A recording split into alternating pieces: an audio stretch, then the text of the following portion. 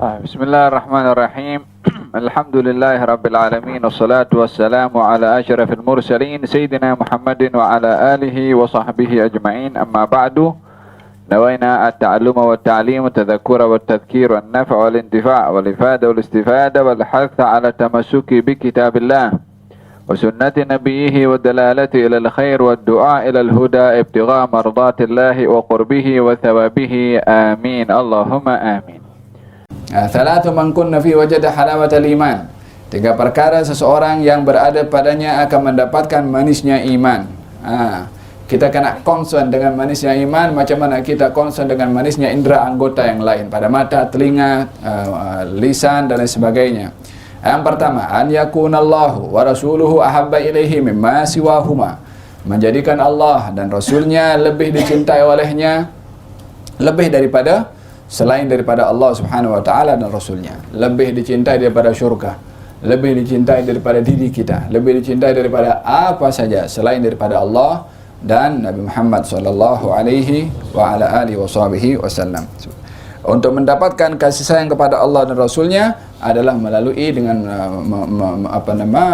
perintah yang diperintahkan ditunaikan, larangannya ditinggalkan dan juga memperbanyak ketaatan kepada Allah Subhanahu wa ta'ala. Amalan-amalan taat itu adalah menjadi pemacu ataupun memberi membasahi, menyuburkan daripada tanah iman yang ada di dalam hati kita. Wa an yuhibbal mar'a la yuhibbuhu illa lillah. Dan mencintai seseorang tidak mencintainya kecuali karena Allah Subhanahu wa ta'ala. Subhanallah. Yang tadi saya bahaskan berkenaan dengan persaudaraan seagama adalah diulang lagi dalam bentuk yang berbeza, yaitu untuk mendapatkan manisnya al-iman. Tanda seseorang itu mengasihi saudaranya yang beriman kepada Allah Subhanahu wa taala, untuk meraih kesempurnaan dalam iman, tandanya salah satunya adalah al-ithar. Apakah al-ithar? Al-ithar adalah mendahulukan saudaranya dalam kebaikan, hal keduniaan atau perkara yang sederhana ataupun biasa melebihi daripada lebih daripada dirinya sendiri, yakni diberikan kepada orang lain. Sehingga disebutkan dalam satu kisah dahulu, dalam satu peperangan yang setelah peperangan itu kaum muslimin dicari, yang mungkin dijumpai ada yang masih hidup, ataupun kalau yang sudah meninggal akan dikebumikan, yang masih hidup sakit boleh dirawat. Seorang yang membawa air, yang melihat keadaan kaum muslimin yang yang terluka dan lain sebagainya, menjumpai salah seorang, ketika mencari jumpa sini sudah syahid, sebelah sini sudah syahid. Terdengar suara teriakan air, air. Maka orang itu pun berlari menuju kepada orang yang berteriak untuk meminta air itu. Lalu dituangkan air itu. Ketika ingin diberikan kepada seorang muslim yang sedang berada dalam sakit parah karena luka dalam peperangan itu, ketika didekatkan ke bibirnya, terdengar suara panggilan juga daripada sebelah yang tidak berjauhan, pun berteriak juga air, air, yakni meminta air.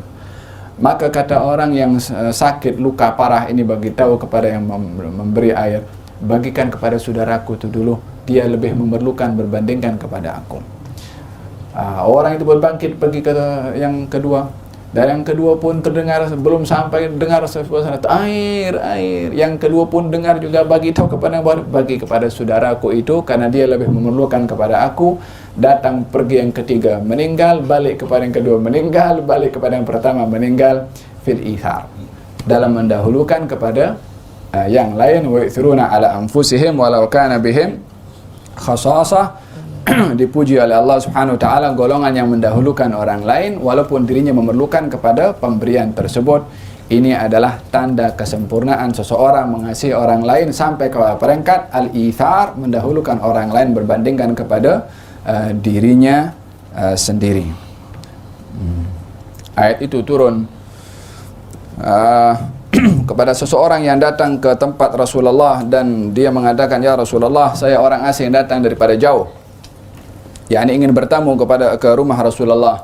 Lalu kemudian baginda Rasulullah tidak ada apa hidangan makanan yang boleh dihidangkan, maka baginda bertanya, siapa di antara kamu yang boleh mempelawa kepada si fulan ini?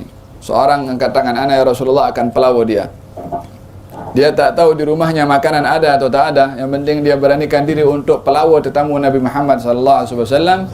Dibawa pergi ke rumahnya. Sampai di rumah ditanya kepada istrinya, ada makanan atau tidak? Kata istri mengatakan tak ada, ada makanan sikit saja cukup untuk makanan budak-budak.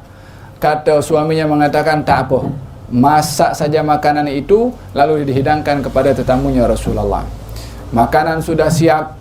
Kemudian ketika nampak makanan untuk budak-budak dia tak banyaklah, sikit.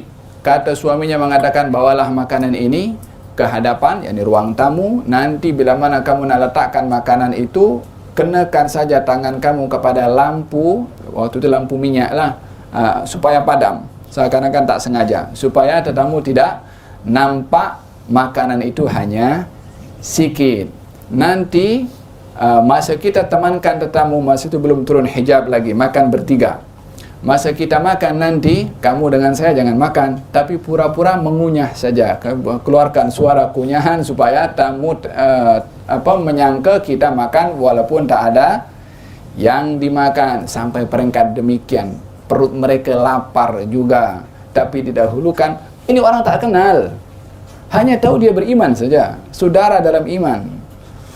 Maka dilakukan, padamkan lampu, letakkan makanan, tamu pun makan. Dua pasangan suami istri itu pura-pura mengunyah saja, tak ada apa yang dimakan, sampai tamu pulas, kenyang, tidur. Esok hari bawa pergi Rasulullah, jumpa dengan baginda Rasulullah, belum cakap apa-apa, mereka pun baru sampai. Kata baginda Rasulullah, laqad a'jaballahu min sani'ikuma, Allah ta'ajub dengan perbuatan kamu berdua semalam. Tak ada yang miss daripada pengawasan Allah Subhanahu wa ta'ala. Perbuatan itu di waktu malam, lampu pun mati, tak ada orang tahu, jiran tak tahu, semua tak tahu, tapi yang maha mengetahui tahu. Turun ayat memuji kepada perbuatan orang itu, wa yu'thiruna ala anfusihim walau kana bihim khasasah. Dipuji oleh Allah melalui akhlakul ithar, mendahulukan orang lain, yang itu merupakan buah persaudaraan, mengasihi sesama kita seperti mana kita mengasihi kepada diri kita sendiri. Yang ketiga adalah benci ataupun tidak suka untuk kembali kepada kekufuran, seperti mana dia tidak suka untuk dicampakkan ke dalam api. Ini adalah 3 tanda seseorang mendapatkan manisnya iman. Benci kepada kekufuran, termasuk benci kepada asbabul kufri, yakni benci kepada sebab-sebab yang menghantarkan seseorang kepada kekufuran, maksiat kepada Allah Subhanahu wa taala.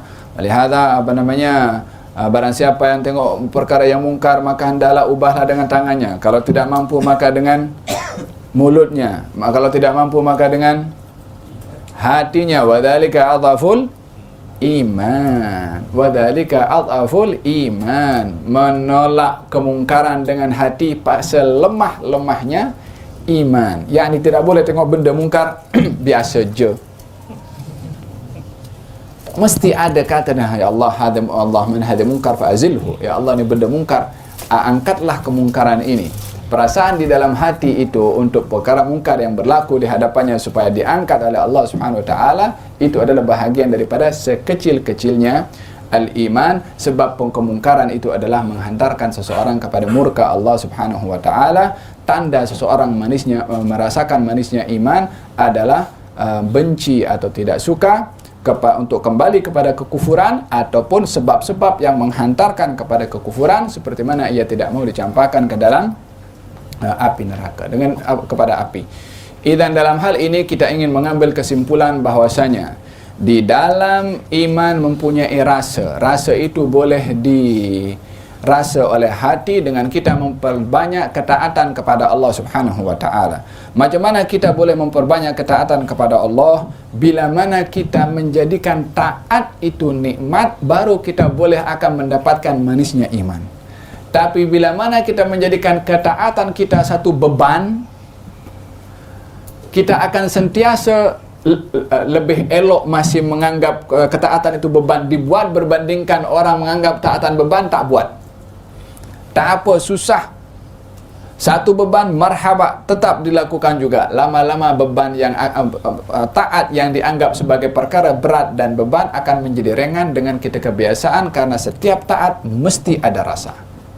Setiap perbuatan ibadah mesti ada rasa. Hanya dia umpama teh dikasih dengan air letak gula. Kalau tak dikacau, dia tak boleh dirasa manisnya itu tea. Itu iman dengan taat, umpama gula tadi dengan tea, perlu dikacau. Artinya iman itu perlu dipaksa dulu untuk taat. Lama-lama dia akan menyatu antara tea dengan gula, iman dengan taat tadi, sehingga boleh rasa manisnya taat melalui iman yang akan merasa nanti. Awalnya memang susah, awalnya memang berat, awalnya memang banyak cabaran.